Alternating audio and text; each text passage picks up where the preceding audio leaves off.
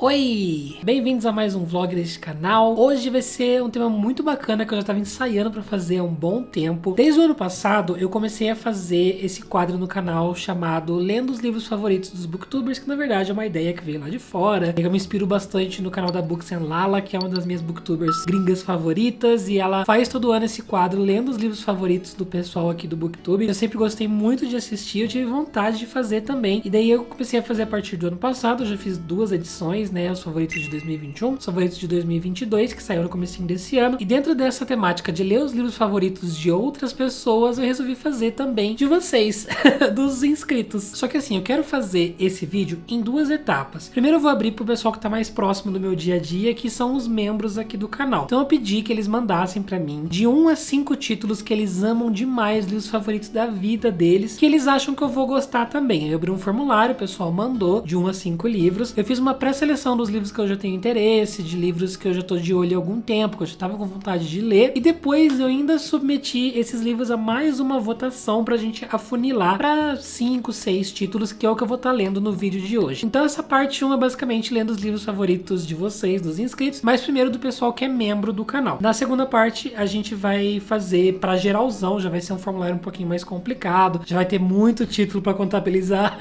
então vocês fiquem ligados nas minhas redes sociais que eu vou perguntar pra vocês por lá, tá bom? Eu vou abrir um formulário eventualmente também. Então eu vou passar pra vocês a pré-seleção dos livros favoritos do pessoal. Eu tive 87 respostas e mais ou menos, né, nem todo mundo mandou 5 livros, mas vamos dizer que uma média de 3 livros por pessoa, foram no total 260 recomendações.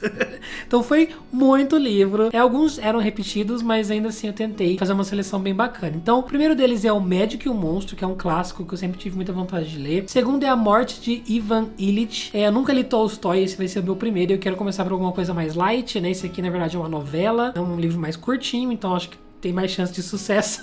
O terceiro é o Amêndoas, que é o lançamento da editora Roku, que eu estou mega empolgado, porque eu tô só ouvindo falar coisa boa. Mary Jane, que é um livro que comparam bastante com Daisy Jones and the Six. Conversando com o Ex, esse é um livro que foi excluído da minha TBR de lendo livros de romance, simplesmente porque não ia dar tempo mesmo, mas ele já tá no meu radar há bom tempo. Confissões do Crematório, que eu tenho ele assim na minha TBR pra ler faz 37 anos. O próximo título, na verdade, não é um que eu morro de vontade de ler, mas eu tenho uma mini curiosidade, mas ao mesmo tempo eu tenho muito medo de não gostar, que é Estou Pensando em Acabar com Tudo, do Ian Reid, que é um autor que acabou de lançar um livro novo dele também, que eu também tô com vontade de ler. Então eu vou começar por esse, que é um pouquinho mais curto. Faz muito tempo que eu não leio Brittany Cherry, então o pessoal recomendou também o Tempestades do Sul, que é dessa série aí de 4 ou 5 livros, que pelo que eu entendi são livros de companion, assim. Então você pode ler um depois, você pode ler outro, porque cada um vai ter personagens diferentes. Todos esses personagens fazem parte do mesmo círculo ali. Mas é tipo o Clube do Livro dos Homens, assim, sabe? Cada livro foca em um casal, basicamente isso. Nossa Música é um livro que eu não fazia ideia. Esse aqui foi a recomendação do pessoal, eu coloquei porque eu achei interessante. O Sal das Lágrimas, outro livro que tá na minha estante há muito tempo. A gente tem Como Agarrar uma Herdeira.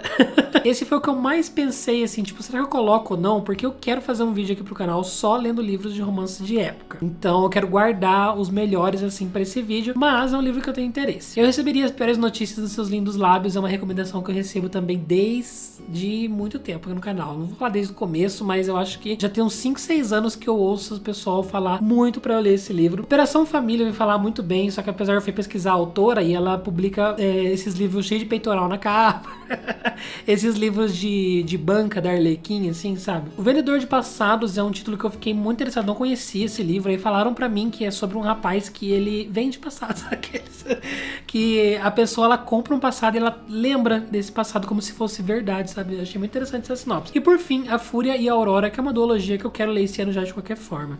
Então ele tá aí nas opções. Essa foi a pré-seleção que eu fiz, e daí eu coloquei todos esses livros para votação, e 3 títulos se destacaram, que foram os mais votados em disparada. O primeiro dele foi o Amêndoas, que inclusive esse livro, ele é uma recomendação de alguém do BTS. Não me pergunte quem, porque eu não sei os nomes, eu não acompanho, não posso passar essa informação para vocês, mas ele é um livro que tá estourando justamente por causa dessa recomendação, enfim, BTS muito famoso. E é um livro que eu acho que é alguma coisa dentro do espectro autista, eu não tenho certeza, certeza, tá? Aí o segundo e o terceiro tiveram a mesma quantidade de votos, eles estão empatados aí como os mais votados, que é o Médico e o Monstro e a Morte de Ivan Ilitch. Eu amei porque esses 3 livros não chegam a 200 páginas cada um, são livros muito curtos. Eu sei que pelo menos o Médico e o Monstro e Ivan Ilitch são leituras de 1 hora e meia. Essas 3 leituras já estão garantidas, então. Aí eu peguei o quarto mais votado, também coloquei, foi Estou Pensando em Acabar com Tudo. Vou ter que ler, não tem jeito.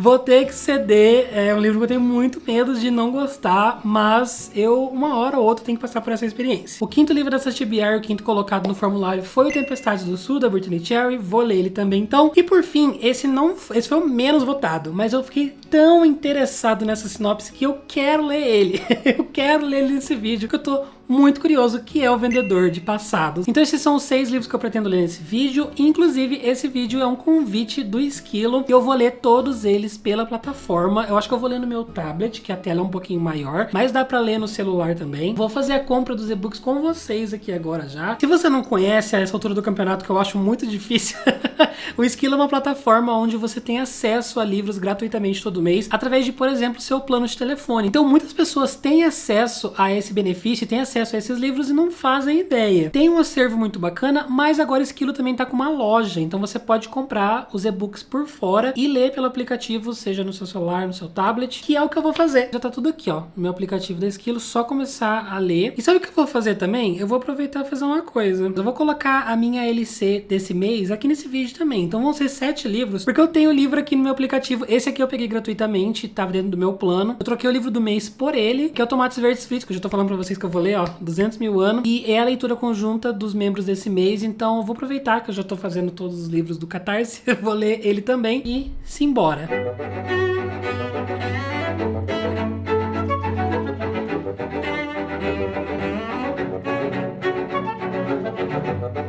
Eu estou muito leitor, porque eu já terminei 2 livros, eu vou conversar sobre eles com vocês. E foram 2 livros que eu curti bastante, mas um deles se tornou 5 estrelas favoritado. Eu estou apaixonado, eu estou obcecado. Eu vou panfletar pelo resto da minha vida. E vocês vão ter que me ouvir falar sobre ele até o final desse ano 200 mil vezes. Mas vamos começar com Tomates Verdes Fritos, que é a leitura que eu fiz então pra LC do pessoal do Catarse. Esse livro, na verdade, ele tem uma sinopse um pouco difícil de explicar, porque ele não centra somente em um protagonista, uma pessoa, mas ele vai falar sobre basicamente um grupo de pessoas que moram numa cidade. É uma cidade muito pequena, uma cidade no sul dos Estados Unidos, é bem peculiar, é bem tipo aquela coisa mais interior dos Estados Unidos mesmo. E essa cidade se chama Parada do Apito, todo mundo se conhece, aquela coisa meio Stars Hollow, assim. E daí tem um café nessa cidade que é meio que tipo o ponto de encontro, assim, sabe? Que foi aberto por 2 personagens, que é a Ruth e a outra é Idjid, mas eu chamo de Ingrid, que é mais fácil de pronunciar. E essa história ela é contada de uma forma um pouquinho diferente, o que pode causar um pouco de desconforto no começo, de confusão, assim, porque primeiro que são muitos personagens nessa história, porque basicamente todo mundo que se conhece ali da cidade vai ter algum papel na história como um personagem ali. E a forma como o livro é contado também é bem diferente, tem 3 tipos de narrativa ali dentro. Primeiro, uma das pessoas, que é a Nini, nessa cidade, ela tá visitando uma pessoa na casa de repouso e lá ela encontra uma outra mulher chamada Evelyn. Já começou a confusão de 200 personagens, né? Ela senta junto com a Evelyn ali na sala de espera, enquanto ela tá visitando a amiga dela, e ela começa a contar a vida inteira dela. Ela já é uma senhorinha, então é muito tipo uma senhora contando a história de vida, igual quando alguém fica contando toda a história pra você dentro do ônibus. Ou você tá numa fila de um banco, assim, tem alguém contando todos os causos pra você. É tipo isso. Ela começa a contar todos os causos pra Evelyn. E daí, a partir dela, a gente vai conhecer como que era essa cidade, como que eram as pessoas. Daí a gente tem também alguns capítulos que são o boletim da cidade, tipo um mini jornalzinho que é escrito por essa pessoa chamada Dot Wims. Só que é muito engraçado porque ela fala sobre várias coisas aleatórias da cidade e chega um momento que ela começa até a reclamar do marido dela no boletim da cidade.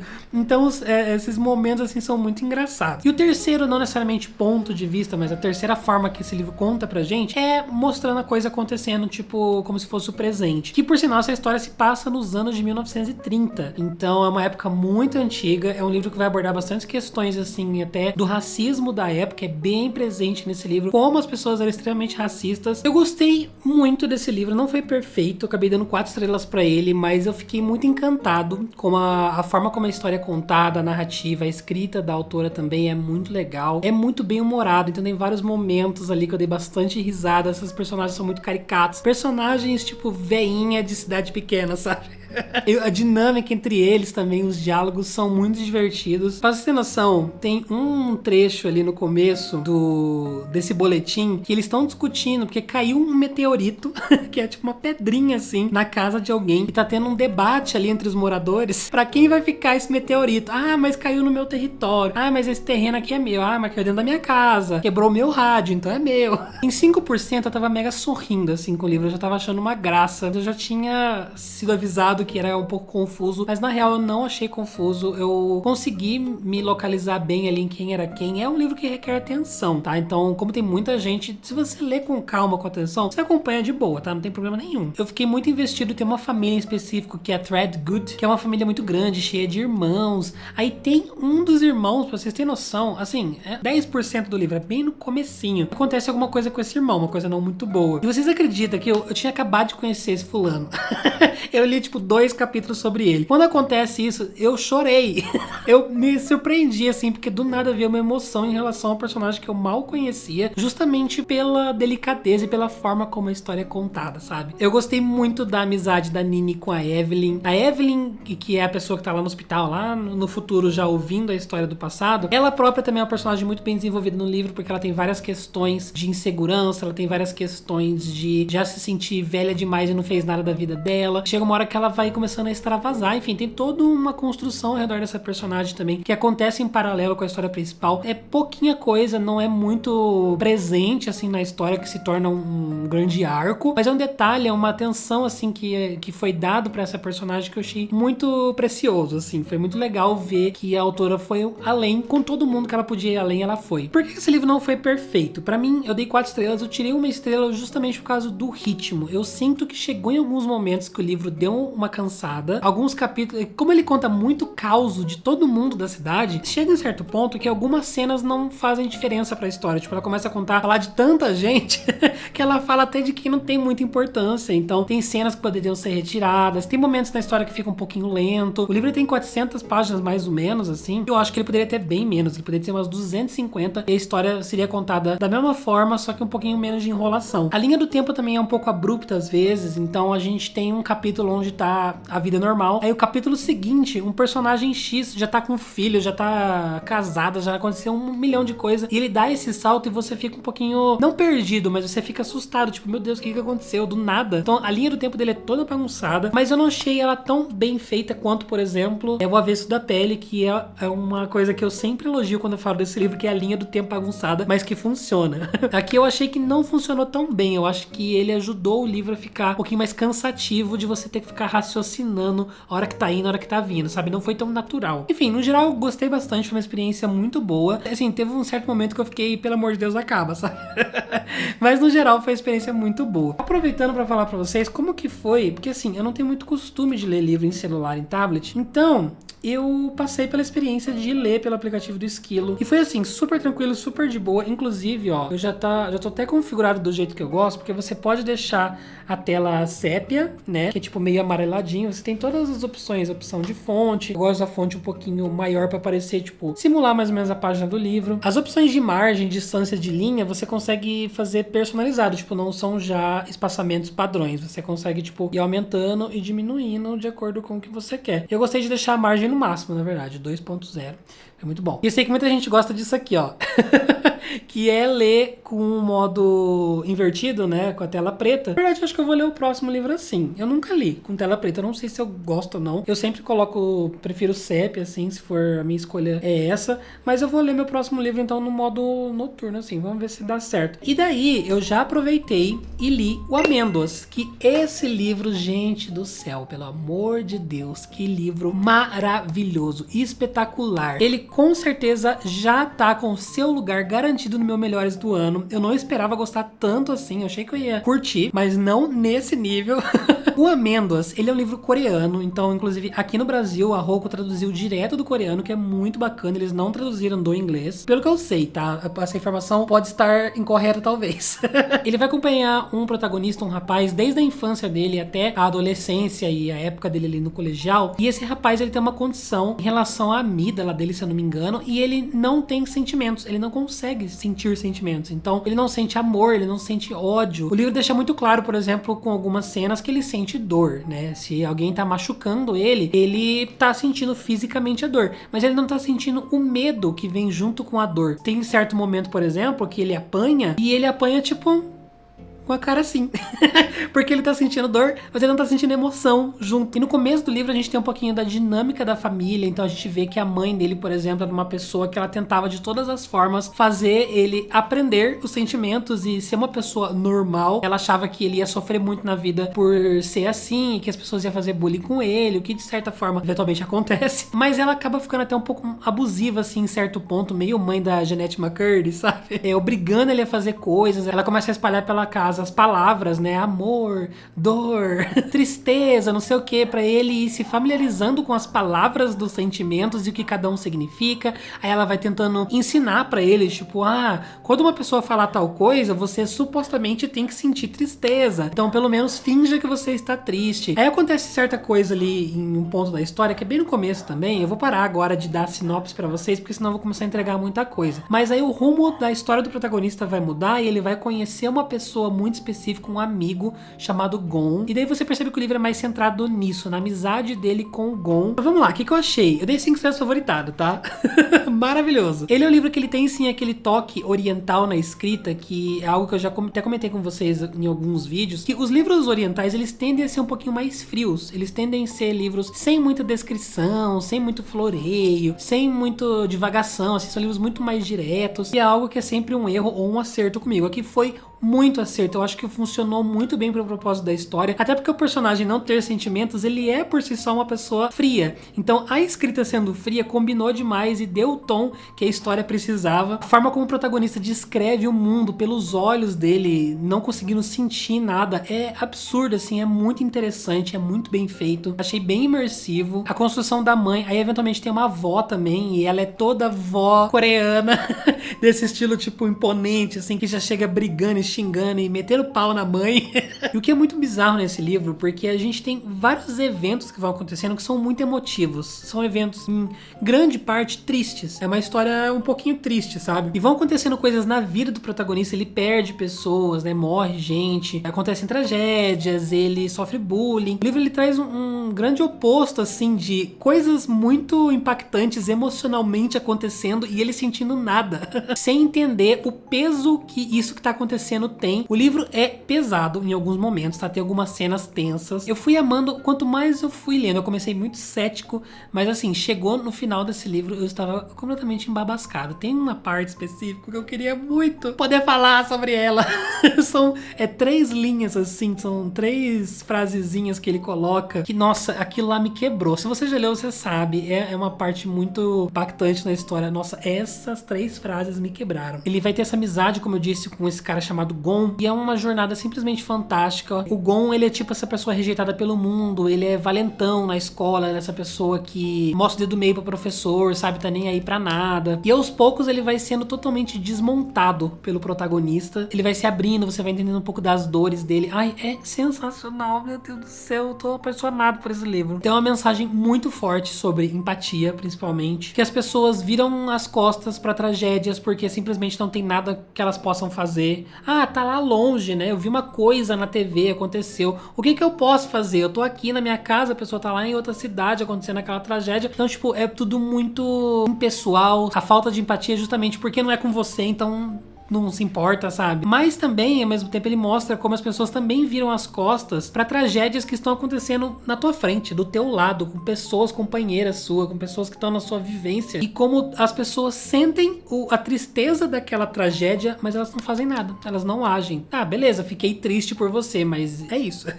Essa é a extensão do que eu posso fazer. As pessoas simpatizam, mas elas esquecem facilmente das coisas. A mensagem desse livro é muito boa, a jornada é um livro super curtinho, tá? Dá pra você ler em umas 2 horas e meia, acho que eu li umas 2, 3 horas, e eu Amei. Muito bom, leiam Amêndoas, espetacular. Favoritado, melhor do ano. Estou um pouco desatualizado nesse vlog, porque eu já li mais 3 livros. Isso que é onde, tipo, quando o livro é muito curto, eu esqueço de gravar as atualizações, porque eu já vou emendando um no outro, né? Mas vamos começar com, então, A Morte de Ivan Ilitch. O que eu achei desse aí? Que, inclusive, eu não sabia que tinha uma fanbase. Eu acabei dando 3,5 estrelas pra esse livro, e daí o povo tá alvoroçado lá no Scooby, mas enfim. A Morte de Ivan Ilitch é um clássico do Tolstói, é uma novela sobre o Ivan Ilitch, como você pode ver no título, e ele está morrendo. Na verdade, assim, a gente vai acompanhar um pouquinho de como foi a vida dele, né? Como ele era uma pessoa muito certa, muito centrado naquilo que ele faz. Aí ele foi crescendo profissionalmente no trabalho, ele se casou, teve filhos, e a gente começa o livro, na verdade, com o velório dele, com os amigos chegando pra ver que o Ivan Ilitch morreu. Depois a gente volta tudo, conta a história dele e vai entender todo esse processo que ele teve de ficar doente, de piorando até morrer. E essa é basicamente a história do livro, tá? Ele é muito simples, mas o que o livro bate bastante na tecla são as mensagens que ele vai trazer a partir disso, de individualismo, das pessoas não se importarem com as outras, enfim, a gente já vai falar sobre isso. É um livro muito simples, é um livro muito rápido, né? Como disse, é uma novela. Eu gostei, mas eu não amei. Foi o sentimento exato que eu já esperava sentir com esse livro, que é algo que a gente já conversou sobre aqui também, que é a minha questão, acho que eu falei no livros que eu não pretendo ler, que é o meu sentimento com alguns clássicos, que eu me sinto distante da história. Então, eu, apesar de eu compreender as mensagens que o Tolstói quis passar aqui e tudo que ele quis dizer, eu não consegui me importar com muita coisa, não consegui me sentir ali na história, não consegui entrar nela de cabeça, sabe? Eu sempre fiquei lendo como se estivesse de fora, assim, tanto que eu lembro, eu lia 5 páginas, assim, eu já parava pra fazer outra coisa, sabe? Eu tava muito distraído, não conseguia focar na leitura porque eu não tava no feeling,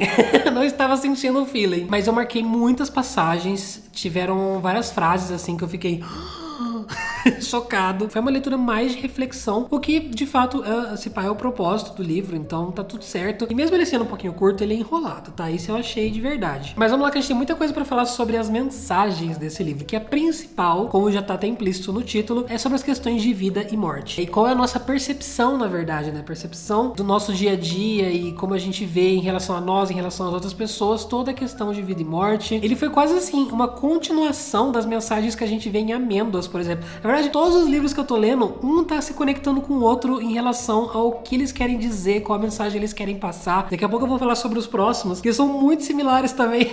Então aqui, assim como Amêndoas, o Ivan Ilitch vai falar bastante sobre individualismo das pessoas, como as pessoas se acham invencíveis, como as pessoas se acham singulares, as pessoas se acham únicas, né? Tipo, ai, eu sou tão único assim que o dia que eu falecer o mundo vai parar.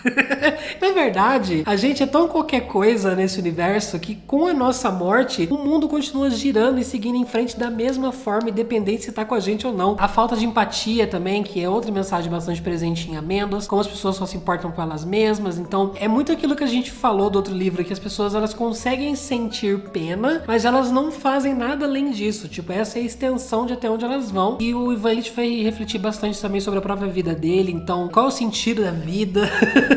A vida é só sofrimento, né? Tem uns trechos muito impactantes que ele fala assim: parar pra pensar, a última vez que eu fui feliz foi quando eu era criança. Depois disso, a sociedade conta pra gente que quanto mais você vai ficando velho, tendo a sua independência e tendo as suas coisas e ser uma pessoa adulta, só vem mais felicidade, mas na verdade é o contrário, você só fica mais deprimido e na merda ainda, sabe? Que as coisas irem melhorando a cada ano da sua vida é uma grande mentira contada. Aí tem uma frase, deixa eu ver se eu encontro aqui pra ler pra vocês. Ele tá contando, tipo, vai passando o tempo, falou da infância, casamento, tá? Daí mais um tempo e ainda menos coisas boas. E quanto mais tempo se passava, menos coisas boas havia. O casamento, tão por acaso, e a decepção, e o cheiro da boca da esposa, e a sensualidade, e o fingimento, aquele serviço morto, as preocupações com o dinheiro, e assim por 1 ano, 2, 10, 20, sempre a mesma coisa. E quanto mais tempo se passava, mais morto tudo era. Como se eu caminhasse montanha abaixo, de maneira constante, imaginando que caminhava montanha acima. Foi bem assim, na opinião da sociedade, eu ia montanha acima. E na mesmíssima medida, a vida ia se afastando de mim. Então pronto, pode morrer. Gente... sabe? Eu acho que assim, o texto ele tem esse tom meio irônico, sabe? Que ele fala de uma coisa muito, uma verdade muito grande, de uma forma que engraçada, tipo, você vê que você acha que você tá subindo a montanha, na verdade você tá ladeira abaixo, quando chegou no fim da ladeira, pronto, já pode morrer, tá ótimo, ó.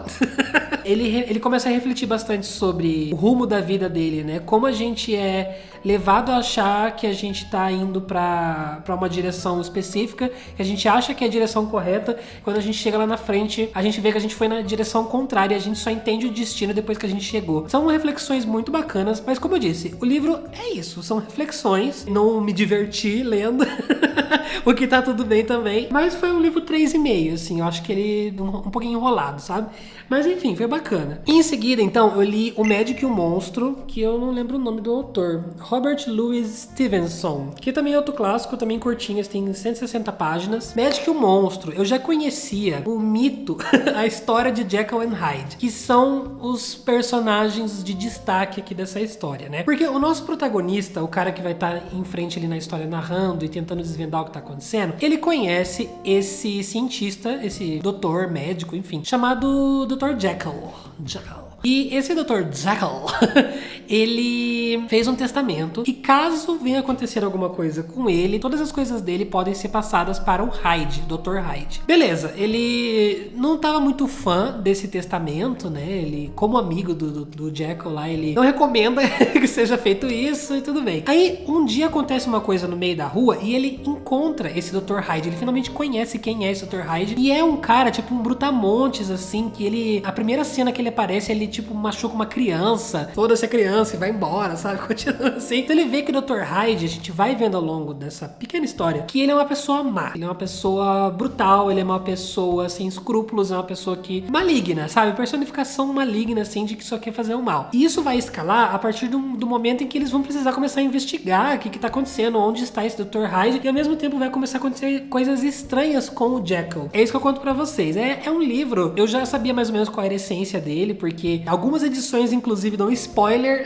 da história na própria edição, até a própria capa ou resenha de outras pessoas, miniatura no YouTube, já entrega a história inteira, então toma muito cuidado se você ainda não leu O Médico Monstro, que eu acho difícil, né? Acho que é só eu que tava atrasado mesmo. Mas esse é um livro que vai ser muito mais tipo um thriller, assim, sabe? É um thriller clássico. Esse foi um pouquinho mais difícil em relação à escrita dele, comparado com Tolstói, por exemplo, quem diria, né? Que eu ia achar Tolstói de boa. E esse aqui, não é que foi, tipo assim, um português, uma escrita clássica impossível de entender, mas eu demorei pra entrar na história, porque a escrita dele é um pouquinho mais difícil, um pouquinho mais rebuscada pra mim. Ele não fluiu como eu imaginava, mas eu peguei um jeito muito rápido, tá? Foi só um susto assim no começo. Foi um livro que eu me investi bastante, eu fiquei super envolvido. Eu tava lendo, fui me acostumando ao mesmo tempo que eu fui, né, me adaptando à escrita ali. Eu fui ficando muito interessado pra ver o que ia acontecer. Não é o thriller convencional que a gente vê, mas tem vários acontecimentozinhos ao longo da história que te atiçam a atenção e a curiosidade, sabe? Eu gostei muito da ambientação. A ambientação é a parte mais fantástica dessa história, que não tem necessariamente uma vibe assustadora, né? Não é um livro de terror, mas ele é sinistro. E ele tem essa coisa meio vitoriana, assim. Então, imagina uma Londres vitoriana de noite, assim, com uma névoa. Sabe um negócio meio sinistro, assim? O livro inteiro ele tem essa vibe e eu adorei. Como eu já sabia qual é a resposta do caso ali, qual é o conceito de Jekyll and Hyde, eu fui tentando encontrar pistas ao longo da leitura, e confesso que algumas coisas eu não sabia como o autor ia explicar aquilo, porque, assim, é que eu não posso falar, porque senão eu vou entregar. Mas o grosso, eu sabia o que era. Mas aí foi acontecendo as coisas e eu fui tentar, nossa, mas como que isso vai ser explicado depois dentro do que é a resposta? É muito difícil falar. Mas assim, conclusão de tudo, chega no último capítulo, é um capítulo bem grande, e ele tem, assim, é igual o Poirot dando respostas de um caso, assim, ele vai discorrer milhares de páginas sobre a explicação de tudo, desde o começo, quando o Dr. Jekyll começou seus experimentos e chamou o nosso protagonista advogado para fazer o testamento, até as consequências finais, com o Hyde aparecendo lá e fazendo todo o caos que ele tava fazendo. E esse último capítulo é maravilhoso. Maravilhoso, sensacional. As pessoas, eu vi gente falando em resenha que achou o último capítulo meio enfadonho, meio arrastado, meio tipo muito explicação zona assim. Mas a explicação pra mim foi tão interessante e respondeu tantas coisas e fechou todos os buraquinhos ali, deu todos os nós perfeitinho na história, que eu fiquei muito encantado. Então assim, eu já tava gostando bastante do livro, mas quando chegou no último capítulo, nas explicações, onde tinha grande possibilidade de ele cagar com a história, ele fechou com chave de ouro.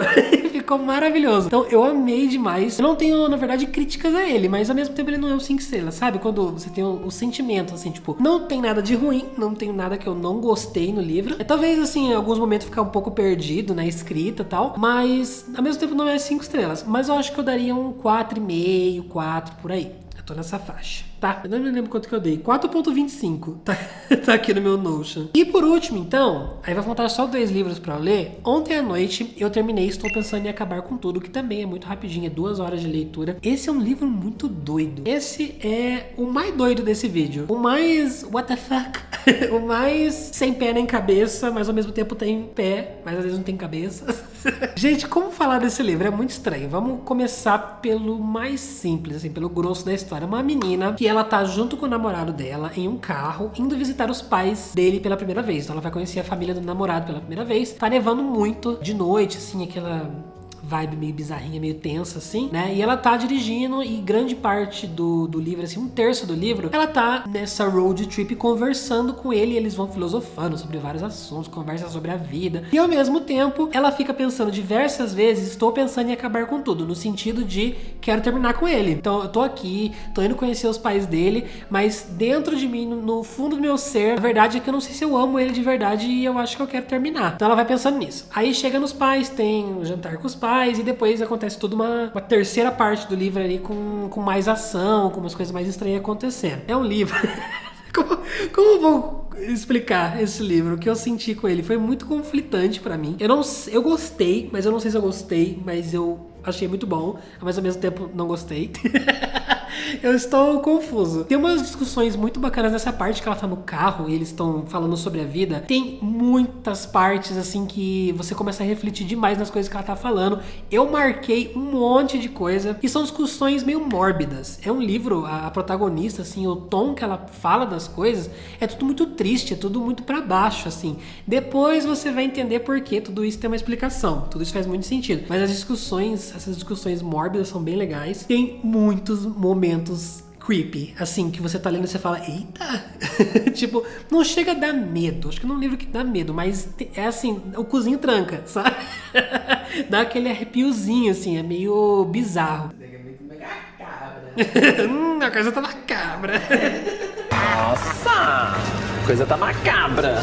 Não me deixou com medo, tipo, não vai ter nenhum momento que vai ter um bicho aparecendo, sabe? Um negócio assim. Mas eu fiquei tenso. Sabe quando, tipo, pequenas atitudes estranhas acontecendo ao redor da protagonista? Tipo, do nada o namorado dela fica estranho. Aí do nada a mãe dela fala uma coisa muito bizarra. Tem um momento que ela vê uma foto na casa dele, é uma foto específica, estranha. Na verdade eu posso falar, né? Porque tem o trailer do filme, que inclusive esse livro tem adaptação da Netflix. Ela vê uma foto, ele fala, eu quando era criança. E daí na foto é ela. Daí ela fala, oxi. Aí eu fiz, oxente. Mas sou eu nessa foto. Tipo, coisas psicodélicas, estranhas, bizarras, assim, que você não sabe se é verdade ou não. E assim, eu fiquei muito, mega, super, ultra curioso pra saber como que isso ia concluir. E eu acho que o livro, justamente, ele tem um tamanho muito bom, uma duração boa. Porque eu acho que se ele fosse mais longo, eu ia ficar em completo desespero. Eu não ia conseguir me aguentar, porque eu precisava saber a resposta. Eu tava chegando no final, eu já tava entrando em pânico. E assim, quando você termina, é absurdamente confuso, tá? É uma coisa totalmente... Não chega a ser sem nexo, mas é, assim, virada do avesso. Você vai provavelmente, se você for como eu, meio burro, assim, você vai terminar sem entender absolutamente nada. Aí você vai precisar sentar, pensar, refletir. Eu juro pra vocês, eu quase peguei e comecei a ler esse livro de novo, pra tentar pegar as coisas que ele depois entrega lá no final. Mas aí eu resolvi fazer uma pesquisa na internet, vi vídeos sobre, vi análise de outras pessoas, e eu vejo que muita gente realmente não tem resposta concreta sobre o que aconteceu no final, só tem suposições. Então, a minha suposição, o que eu achei que era quando eu terminei essa história, estava correta. Porém, eu acho um conceito batido. Eu acho que, tipo, já vi diversas vezes em outros livros feito de forma melhor. Eu acho que aqui, a forma como o autor construiu essa história, deixando toda essa tensão, todo esse medo, pra gente chegar no final e ter essa grande explosão de informações, de revelação, eu acho que foi muito exagerado. Eu acho que foi muito over the top, assim, muito teatral, muito... Quando é uma coisa muito simples, sabe? A explicação é isso aqui. Mas o autor fez de um jeito que, além de ser exagerado, é difícil de entender, é confuso. Muitas coisas ficam jogadas e soltas, assim. Depois eu tentei ficar lembrando. Quando ela tava em certo ponto da história, o que será que aquilo significava agora que eu tenho a explicação das coisas, sabe? E eu vi o trailer da adaptação pra Netflix e é mais doido ainda, é mais confuso ainda. Eu entendi o que ele quis fazer, o conceito, mas eu não tive paciência pra ir mais a fundo, sabe? Pra fazer esse livro fazer 100% sentido na minha cabeça. Eu fiquei com o conceito mesmo, eu fiquei tipo igual aquele meme do Chico Bento. Ai, deixa pra lá, dá muito trabalho ficar discutindo, ficar pensando. Assim, não me incentivou a querer destrinchar a história, entender todos os elementos. Eu vi, tem uma menina no YouTube que ela fez toda uma análise, assim, de 20 minutos e ela fala, não, porque o pai, na verdade, era uma coisa semiótica para explicar isso aqui. Ai, gente, quando é pai. É um livro conceitual, sabe? É um livro que vai ficar confuso, você vai ficar tipo, que merda é essa que eu acabei de ler? Aí vai de ti, de gostar ou não. O livro vai dividir muita opinião. Ele tem, a média dele é 3.5 no Goodreads, então é uma média um pouquinho mais baixa, mas quando eu fui pesquisar avaliações, todos meus amigos deram 5 estrelas. Então assim, né, eu acho que é um livro polarizador, cada um vai ter uma opinião diferente. Não dá pra prever, não dá pra... Eu não sei pra quem recomendar esse livro, sabe? Porque eu não consigo prever qual vai ser a reação da pessoa quando lê ele. Eu gostei bastante, eu dei 4 estrelas, tá? Eu pensei, ponderei entre 3,5 e 4, mas eu acho que 3,5 não faz jus, porque a construção dele, até chegar no final, eu tava muito investido, eu tava muito preso no livro, eu tava muito desesperado pra saber o que ia acontecer. Eu acho que só o trechinho do final mesmo que foi toda aquela coisa meio exagerada que, pra mim, perdeu um pouco a graça da história. Mas no final, no geral, dei 4 estrelas pra ele. Rezando pra bateria durar, porque eu esqueci de carregar a câmera, tudo bom? Então vamos falar sobre as duas últimas leituras que, assim, não foram tão boas quanto eu esperava. Começando com O Vendedor de Passados, esse foi o livro abandonado deste vídeo. Não consegui terminar essa leitura, que, assim, foi um sentimento difícil com esse livro, porque eu gostei muito da sinopse, que eu falei pra vocês, sobre um rapaz que vende passados. Só que o que ele faz especificamente nesse livro, que eu entendi, ele implanta genealogia. Então, tipo assim, a pessoa, ele cria um passado genealógico pra pessoa. Você era filho de tal pessoa, você era neto do rei, de pessoa importante. Então ele te torna uma pessoa importante, mas como eu não terminei o livro, eu não sei em que ponto isso chega. Tipo, simplesmente cria na cabeça da pessoa, vai adiantar de quê, sabe? Eu sou neto de alguém importante. Tá, mas não é verdade. Aí como é que faz, né? Enfim, eu não tenho muito o que dizer pra vocês, porque eu acabei abandonando esse livro em 25%, porque eu não consegui assimilar uma palavra do que eu li. Gente, eu não entendi nada. Esse livro tá em árabe pra mim. Eu não consegui absorver nenhuma palavra do que eu li. Talvez eu possa ser um pouco burro pro livro, o que pode, né, sempre ser uma possibilidade aí. Mas o que eu sei é que definitivamente eu não tava no momento pra ler ele. Tanto que eu não excluo a leitura desse livro do meu futuro, mas no momento eu percebi que depois de ler, tipo, o Tolstói, o Médico e o Monstro, minha cabeça virou um pouquinho de papinha. Então eu estou necessitado de uma farofa, estou necessitado daquela coisa, sabe? No momento eu tô um pouco fritado assim dos neurônios. Aí eu acho que não funcionou. Esse livro, inclusive, tem adaptação. Se eu não me engano, tem o Lázaro Ramos, então eu quero muito dar outra chance pra esse livro e assistir a adaptação. O livro, ele é uma mistura, assim, até onde eu li, de vida real com uns interlúdios que parecem que são tipo sonhos, assim, né? E o livro é contado pelo ponto de vista de uma lagartixa, tá? Acho que é um cara que ele reencarnou numa lagartixa, daí ele que conta a história. Enfim, aleatório. O livro tem essas partes de interlúdio que tem sonhos. Por incrível que pareça, as partes dos sonhos foram as partes menos confusas do livro. As partes que eu mais, entendi de boa. A hora que eu voltava pra realidade, era um conjunto de palavras só pra mim. Eu não consegui, de fato, absorver nada. Tentei muito entrar nele, muito mesmo, porque eu queria muito ler esse livro. Eu tava super empolgado pra chegar nele logo, mas infelizmente não funcionou. Aí, eu li Tempestades do Sul, de senhorita Brittany Cherries, que eu já tinha lido Vergonha, que eu amei, dei 5 estrelas favoritadas, chorei horrores. Virou até piada na Twitch. Você sabia que o Jeff chorou com Vergonha? Esse livro, pensa na sinopse de Vergonha, é ela de novo. É a mesma. Então é uma menina que aconteceu uma coisa traumática no passado dela. Aí no começo, no primeiro capítulo, ela tá terminando com o parceiro dela, com o cônjuge. No caso é o marido, né? No Vergonha era o namorado só, eu acho. Não chegava a ser casado, não lembro. Mas aqui ela, no primeiro capítulo, ela tá terminando com o cara. Daí ela vai pra uma cidade pequena, que é a mesma coisa que acontece em Vergonha. Lá ela conhece o par romântico, o cara. E é um cara rabugento, ranzinza, de cara fechada, estúpido, grosseiro, tarará. Esse cara tem ponto de vista dele no livro e a gente descobre, durante a história, durante a leitura, que ele tem problemas com o pai. Fala pra mim se não é a exata sinopse de Vergonha. Gente, eu não entendi. Eu me senti lendo o mesmo livro de novo. Foi assim, eu fiquei chocado. Que não passou pela cabeça dela que ela tava escrevendo o mesmo livro 2 vezes. O que eu gostei em Vergonha foi justamente que é um livro que ele é, assim, até se você olhar as capas gringas, tem sempre os homens com o peitoral de fora. E Vergonha também, né, a primeira capa mais antiga. E os livros da Brittany Cherry, eles enganam bastante, porque ela coloca bastante drama, familiar, depressão, coisas pra baixo. Então, eu tinha gostado de Vergonha, porque já começava com ela terminando e traumas, não sei o quê. Aqui começou da mesma forma, então eu já tava curtindo logo de cara, né? Ainda mais que, tipo, no começo, no primeiro capítulo, a gente vê que ela tem alguma coisa que aconteceu no passado, a gente não sabe o que, mas aí eu fui começando a perceber as semelhanças com Vergonha. Eu fui vendo que tem alguns elementos muito breguinhos nesse livro. Eu acho que a escrita dele, eu não lembro de qual foi o sentimento que eu tive, assim, em relação à escrita de Vergonha, mas eu achei tão fraquinho, gente. Achei, assim, tipo, algumas coisas, falas e pensamentos que ninguém falaria e pensaria isso na vida real. Tipo, eu me senti muito distanciado, assim, do livro, porque não parecia real as palavras que eu tava lendo. Mas uma coisa que eu gostei desse elemento de cidade pequena, duas coisas, na verdade. Primeiro que eu amo essa coisa de vizinhas fofoqueiras. Então, tem umas mulheres muito Karen, assim, que fica cagando regra e escondendo comentário passivo-agressivo atrás de sorriso, sabe? Ai, nossa, bem-vindo ao bairro, mas olha, dá uma olhadinha nesse seu gramado, porque ele tá muito feio, viu? Ah, essa é a roupa que você tá vestindo? Interessante, exótica, né?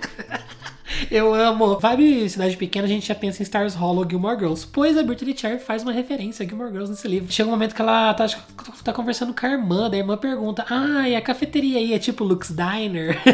O cara ranzinza lá, que vai ser o par romântico, né, o Jax, ela fala: ele tá mais pra Luke ou pra Jess? Então ela faz mini referências, assim, que eu gostei, pois amo Gilmore Girls, né? O que mais me incomodou nesse livro, os personagens, eles têm monólogos internos falando deles mesmos, ou falando um do outro. Aí tem um que ele fala assim, o Jax fala da protagonista, né? Bonita era pouco, ela é de tirar o fôlego. Seu sorriso fazia até meu coração frio desejar um pouco de calor. Suas pernas compridas pareciam intermináveis. E aqueles olhos, aqueles malditos olhos, era como suas íris fossem as janelas para a alma dela. Você acha que uma pessoa que é um brutamontes, uma pessoa que é grosseira, que é visto como o ranzinza da cidade, o capeta da cidade, você acha que ele vai pensar internamente, as suas íris eram janelas para a sua alma? Aí ele é frio, né? Daí ele tem essa necessidade na descrição, no monólogo que ele faz na cabeça dele, enquanto ele tá narrando nos pontos de vista do Jax, ele faz questão de lembrar você a cada parágrafo como ele é frio. Então ele fala: não sei o que, porque o meu coração gelado, mas nossa, como meu coração é de gelo. Ela estava quebrando o gelo do meu coração.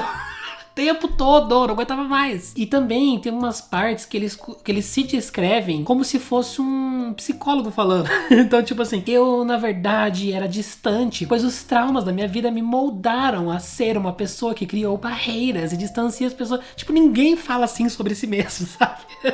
A pessoa que é distante, ela mostra ser distante. Ela não precisa ficar fazendo um parágrafo inteiro, fazendo uma análise psicológica de por que ela é distante pra si mesma, entendeu? Então, pra mim não fez sentido. Mas, eventualmente, isso assim foram umas 100, 150 páginas pra eu me adaptar nesse livro. Eventualmente, comecei a me divertir um pouco com a história, comecei a fluir melhor, não a ponto de amar, mas a ponto de terminar o livro, né? Porque chegou um certo ponto que eu também imaginei abandonar esse livro, mas aí eu falei, nossa, vou abandonar 2 seguidos, vou ser crucificado, né? Não vamos fazer isso, não.